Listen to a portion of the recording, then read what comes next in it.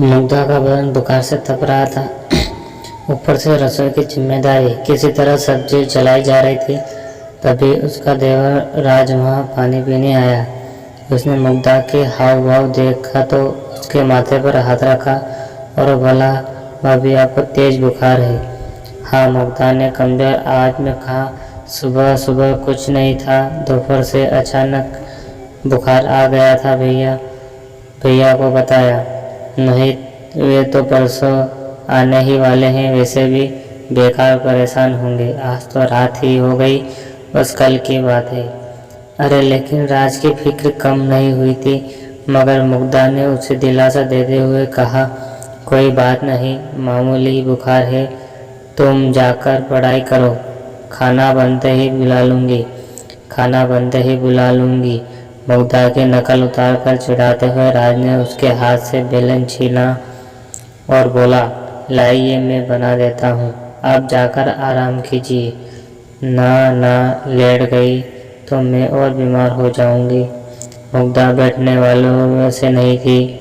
वह बोली, हम दोनों मिलकर बना लेते हैं। और वह दोनों मिलकर खाना बनाने लगे। मुग्धा का पति विनय कंपनी के किसी काम से 3 दिनों के लिए बाहर गया हुआ था। वह कर्मचारी तो कोई बहुत बड़ा नहीं था, लेकिन बॉस का भरोसेमंद आदमी था, सो किसी भी काम के लिए वे इसे भेज देते थे। मुग्धा 21 साल का देवर राज प्रतियोगी परीक्षाओं की तैयारी कर रहा था। विनय जैसा प्यार करने वाला पति पाकर मुग्धा भी खुश थी।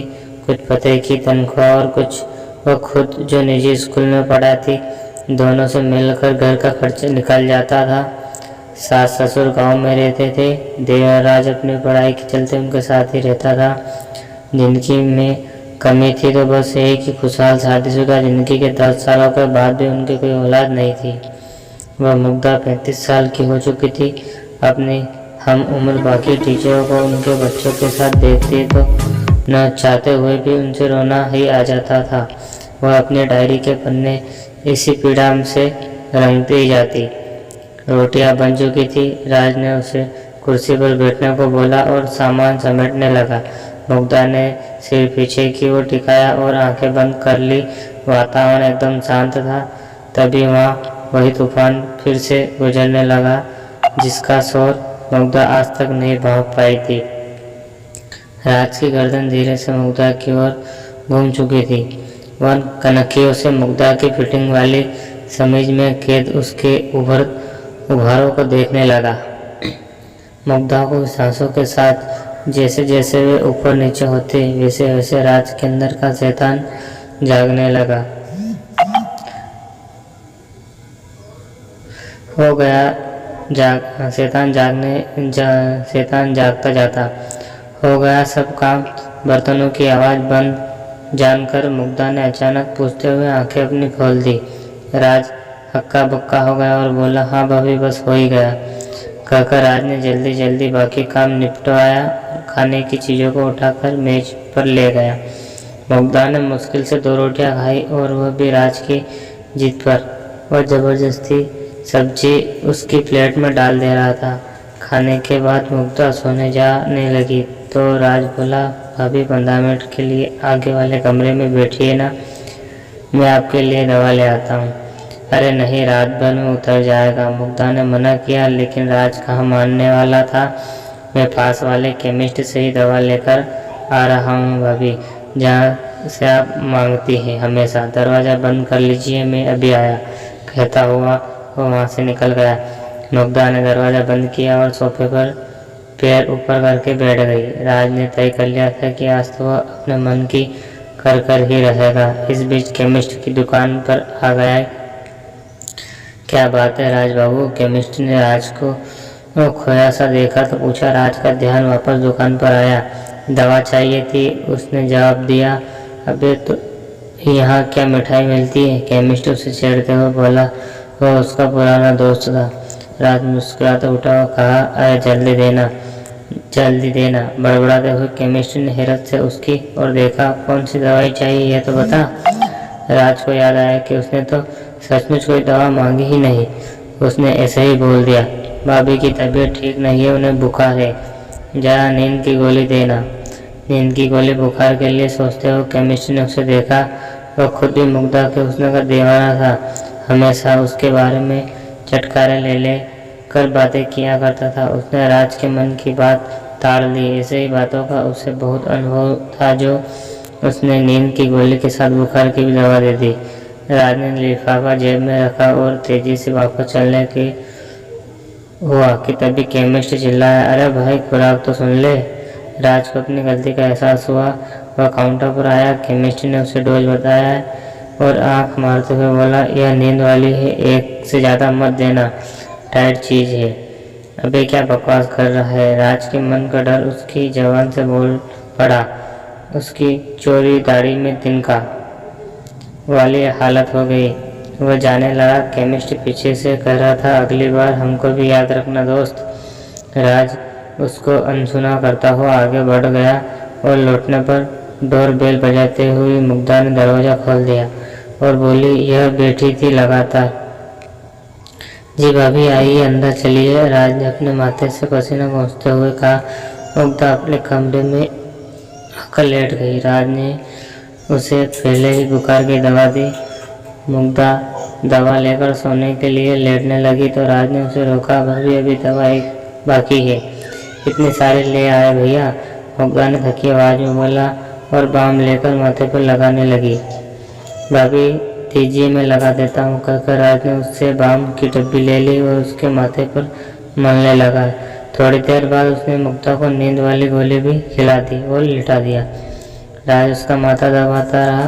थोड़ी देर बाद उसने पुष्टि करने के लिए मुग्धा को आवाज़ दी, भाभी सो गई क्या? कोई जवाब नहीं मिला। राज ने उसके चेहरे को हिला डुला कर भी देख लिया। कोई प्रतिक्रिया न पाकर वो समझ गया कि रास्ता साफ हो चुका है, अब कुछ भी कर सकते हैं। राज की कनपट्टियों में खून तेजी से दौड़ने लगा।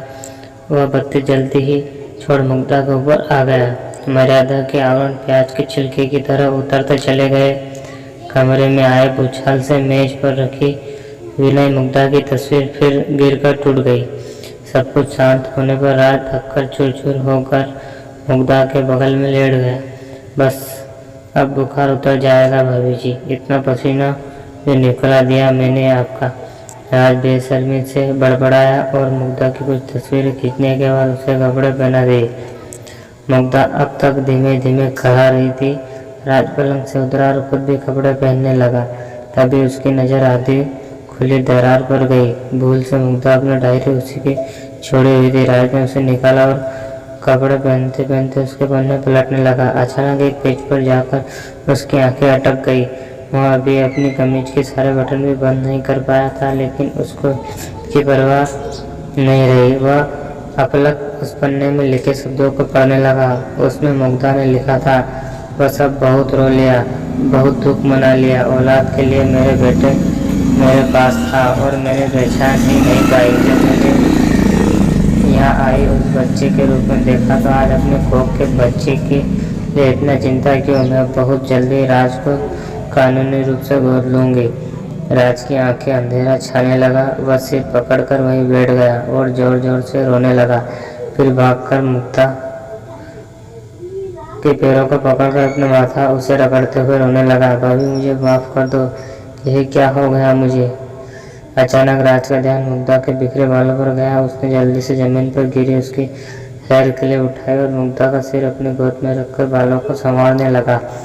वह किसी मशीन की तरह सब कुछ कर रहा था।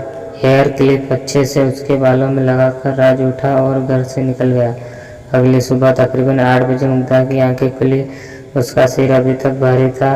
घर में भीड़ लग चुकी थी। एक आदमी ने आखिरकार बोल दिया, देवर भाभी के रिश्ते पर भरोसा करना ही पागलपन है। मुग्धा के सिर में जैसे करंट लगा। वह सावलिया नज़रों से उसे देखने लगी। तभी इलाके के पुलिस इंस्पेक्टर ने प्रवेश किया और बताया, आप देवर के राज की लाश पास वाली नदी से मिली है। उसने रात को खुदकुशी कर ली। मुग्धा का कलेजा मुंह को आने लगा। वह हड़बड़ाकर पलंग से उठ कर लेकिन लड़खड़ाकर गिर गई। एक महिला सिपाही ने राज के मोबाइल में फोन किए कल की रात वाली तस्वीरों से देखा और कड़क कर पूछा, कल रंग लिया मनाते ऐसा क्या कर दिया कि लड़के से तूने कि उसने अपनी जान ही दे दी। तस्वीर देखकर मुग्धा हैरान रह गई। अपनी शारीरिक हालत ऐसे ही किसी घटना का शक तो हो रहा था, लेकिन दिल अब तक मानने को तैयार नहीं था। वह फुट फुट कर रोने लगी।